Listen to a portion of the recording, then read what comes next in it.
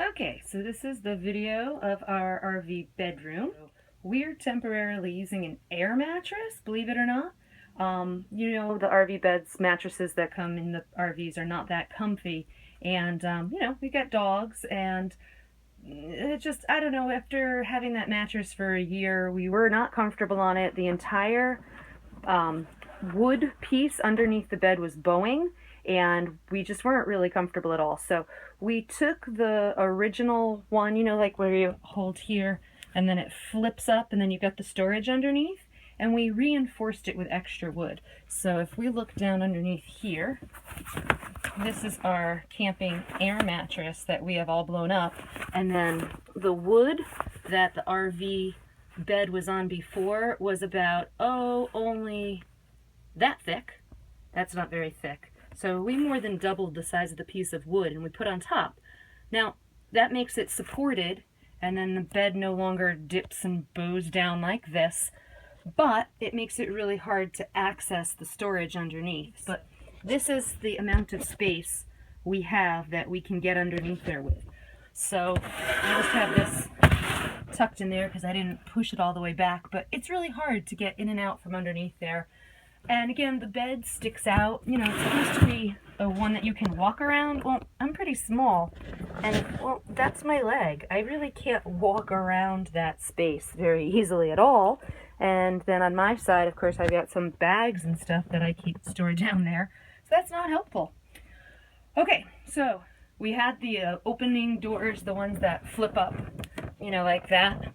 And it was really hard to get in there as that was. So we just changed it, and I put these sliders on, and now all of our, we have a lot, right? All of our sheets and linens are up here, but it's really a small space. So you can see there's my hand. That's not a lot of space.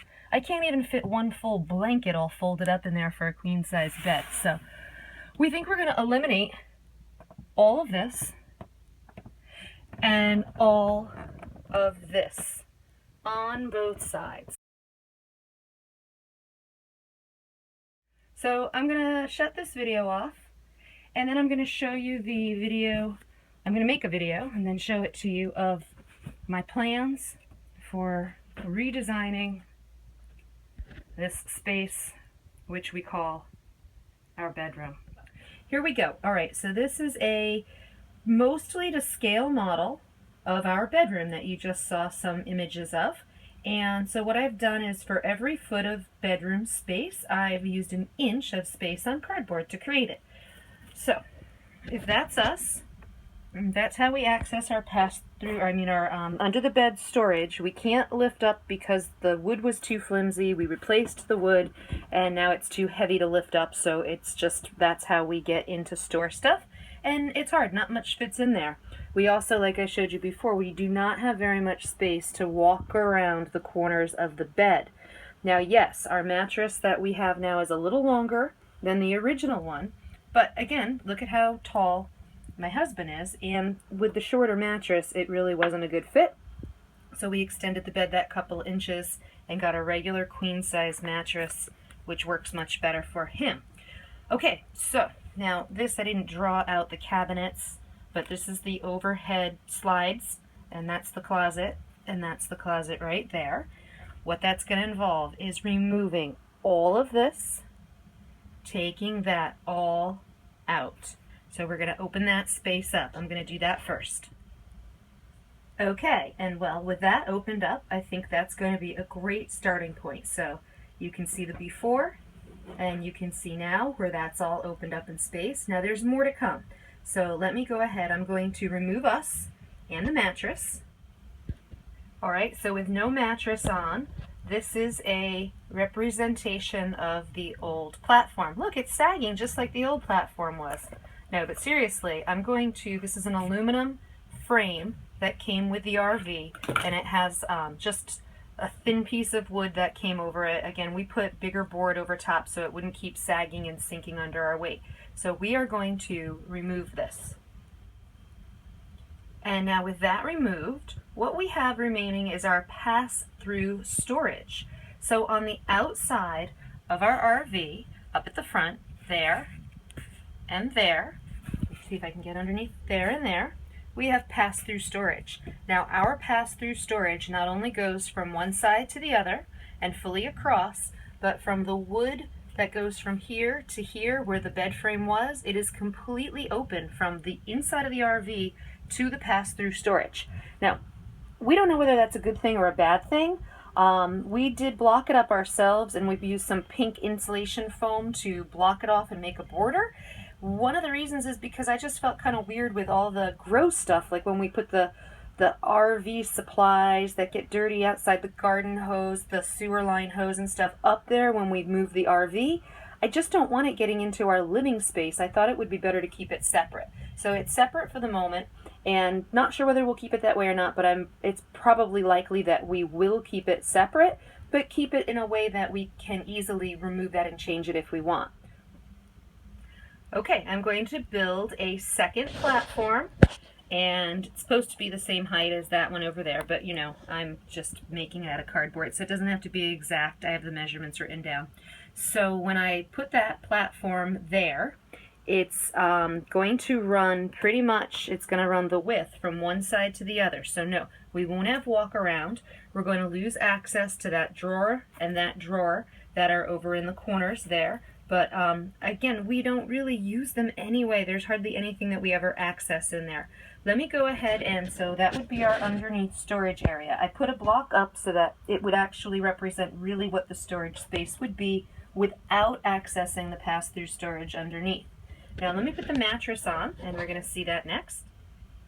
Okay, so now there is a representation of what a queen-size mattress would look like onto that platform.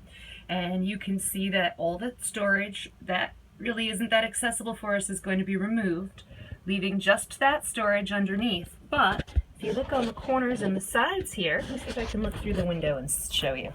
So I know it's hard to tell, but this space here and or the space above the windows, we're thinking we could put in some shelving here and or a little shelf that goes here.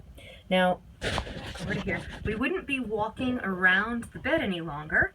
I've also made a representation of a rubber, oops, I just dropped it in the dog's water bowl.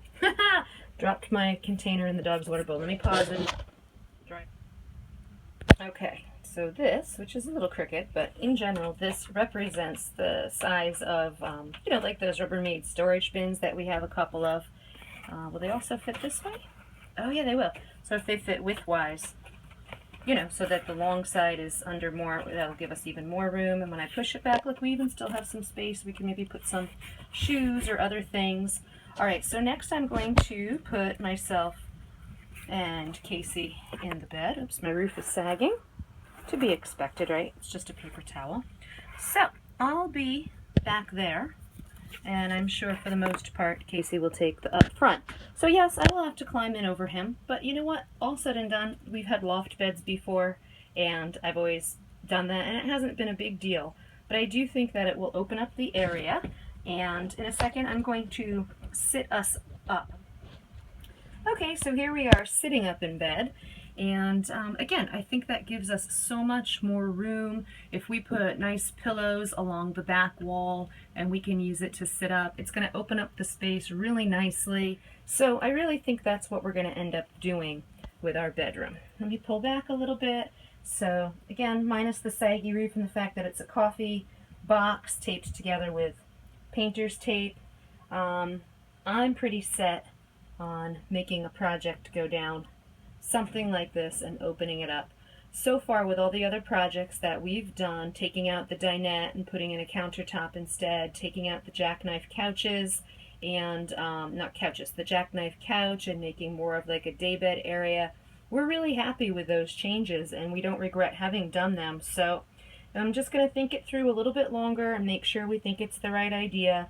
Get a good quality mattress, you know, memory foam, something that we really feel is going to be lasting and much more durable. Put a protective cover on it so that if our dogs do have an accident or something goes wrong and spills on it, we can make that fixed. And yeah, so here I am waving at you from my little paper cardboard representation of myself. And when we do the project, of course, I'll document it and we will let you know how it goes. All right, till then.